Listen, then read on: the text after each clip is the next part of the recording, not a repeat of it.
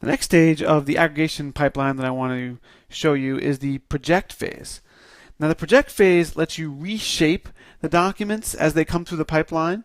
It's a one-to-one stage of the pipeline. So for every document that comes into the project phase, one document will leave the project phase. You can do things like remove a key, you can add a new key, you can reshape the keys, and by that I mean that you could take a key and decide to put it into a subdocument with another key.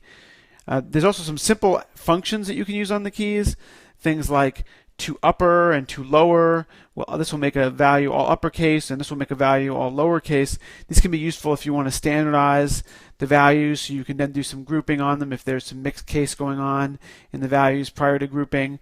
You can add something to the value. If it's an integer, you can add 10 or 20 or 1 or 2. You can multiply by a number. So let me show you an example.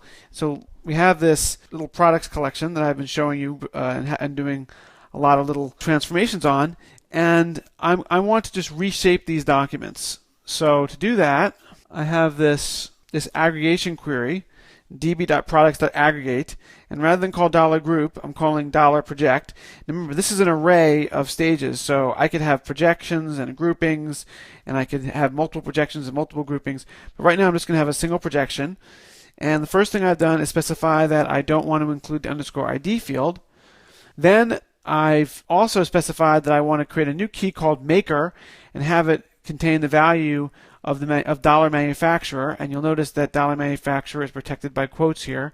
Don't forget to do that if you're calling upon its value. And then I'm running it through the toLower function because I want to get a lowercase version of that. Then I'm creating a new key called details, which is a document that has two keys in it. One is a category, which is the old category from the document. The other is the price, which is using the multiply function and is multiplying, and you'll notice this is an array right here. It's multiplying the price times 10. And finally, I've got another key called item, which contains the old value of the key called name. So let's see what happens when I run that. All right. If I run that, I'm going to get a result that looks just like this. I've already run it. So you can see here it says maker Amazon, details, category tablets, price 1990. It's been multiplied by 10. And finally, item Kindle Fire. Okay, it is time for a quiz. Now, thinking about that zip code collection that we've been looking at before, the documents look like this, if you recall. And I'd like you to write a aggregation query that has a single projection stage that will transform the documents to look like this. And you'll notice that this is lowercase, and that the location is gone, and that the state is still here, and that the underscore ID seems to be gone, but there's a new zip code key, and it's got the old value from underscore ID.